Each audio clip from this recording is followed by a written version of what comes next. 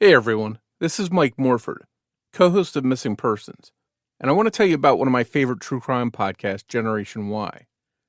For true fans of true crime, the Generation Y podcast is essential listening. Host Aaron and Justin started this podcast in 2012 to dissect some of the craziest and most notable murders, crimes, and conspiracy theories together. And 10 years later, they're still at it, unraveling a new case each week. Aaron and Justin take on infamous cases like the Evil Genius bank robbery, the Zodiac killer, and the Tylenol murders. And they also cover lesser-known cases like the case of Kimberly Rico, a.k.a. the Valentine murder, where Kim takes her husband on a romantic weekend that includes a murder mystery play that she, of course, uses as a cover to murder him for insurance money. Now, actually, we're about to play you a clip of the Generation Y podcast. While you're listening, follow the Generation Y podcast on Amazon Music, or wherever you get your podcast, or you can listen early and ad-free by joining Wondery Plus on Apple Podcast or the Wondery app.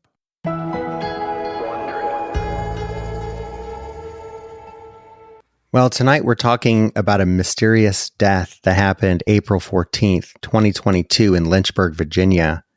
And the mysterious death was of a young man named Johnny Cashman. I say young man because he's younger than me. He was 38. This was in Lynchburg, Virginia. I've never been there, but looking at photos and talking to people, Virginia looks beautiful, and that town is, it's population of around 80,000. So I think it's a quaint town where you can still have a small town feel and know people around you. People help each other out. But like any town, there is crime and other elements that happen. So really, this case starts off, Justin, because Johnny's mother, Kim, she hadn't heard from him since that day. So she spoke to him on April 14th, which was in 2022. But then she hadn't heard from him for a few days. And that worried her because she was used to getting a text from him or a call every day, if not more than one.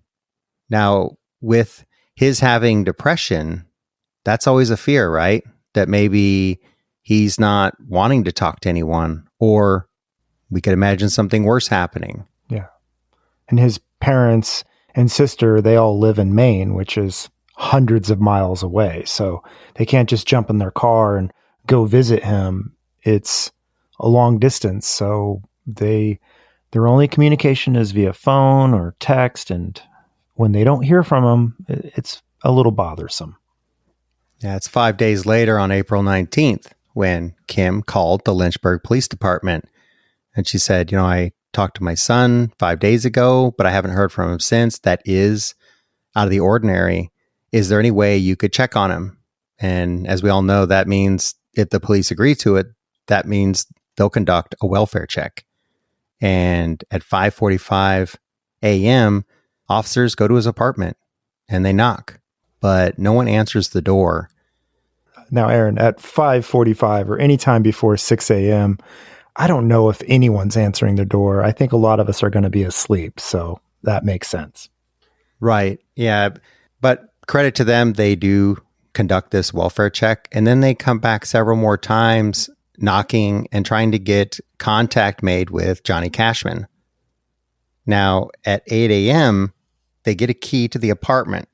There is some concern here that because he's not answering, that maybe something has happened where he can't answer, right? We don't know if he's unconscious or if he's not willing to answer the door or if there has been a suicide attempt. We hope not, but they gain access to his apartment. What do they find inside? Well, according to the police, they find Johnny lying on his back on the floor. He's obviously dead. They see blood, puddles of blood, but they determine that there isn't any foul play. The officers do speak with Johnny's family, and they say it looked like this was an apparent medical condition that preceded his death. In other words, they don't think anyone attacked him or murdered him. His family's obviously concerned. His father is asking, was there any signs of violence? Was it a suicide or anything like that? And this is John Cashman. Yeah. And law enforcement saying no. It looks very natural.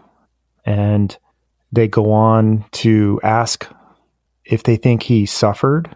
And the police will say, no, it looks like this was pretty instantaneous, which I don't know how they would know that, but they're saying that he probably didn't suffer and this was all natural. So Johnny's body is obviously removed from the home, and the family's asking about an autopsy, if an autopsy is going to be done. And what do the police and law enforcement say to that? Well, their response is, no, the case is closed, meaning they don't think one is necessary. And that is a thing, Aaron. I had to go look that up because I just assumed that autopsies were always done. But it's not generally necessary, as the internet says, if the cause of death is known, meaning if somebody's old and has a heart attack, or somebody, obviously has cancer or something to that effect. They say, well, there's no need for an autopsy. We can just take the body and go ahead and cremate or whatever you want to do. And the family takes law enforcement's word that there is no need for an autopsy. This was very straightforward, and it was obviously a medical issue or medical emergency type of deal. So they make arrangements with a funeral home, which is located in Lynchburg, to have Johnny Cashman Jr. cremated so that they can bring his remains back to Maine, his ashes. They're having to do this all from afar because they live in Maine. So they're just making phone calls and arranging this to be done. At no point has anyone stepped foot into Johnny Cashman Jr.'s apartment. Not until April 29th. That's when Johnny's ex-girlfriend and her mother go to the apartment to get a few things. Now, we don't know her name. She has requested to remain anonymous, but she has spoken to the media, and this is what she said. Well, we opened the door, and the first thing you see is an abundant amount of blood in the bathroom, which is not at all what they were expecting to see, of course, right? They say that the whole floor is just covered in blood. There's blood on the counters, the sinks, the walls, and the toilet. And there's even, in other parts of the apartment, there's blood on door frames, floors, walls, windowsill, and even on a chair. And there are streaks of blood, including some that look like they were left by fingers. You've just heard a clip of the Generation Y podcast. To hear the rest of this episode, follow the Generation Y podcast on Amazon Music or wherever you listen to podcasts. Thanks for listening, and we'll see you back here soon.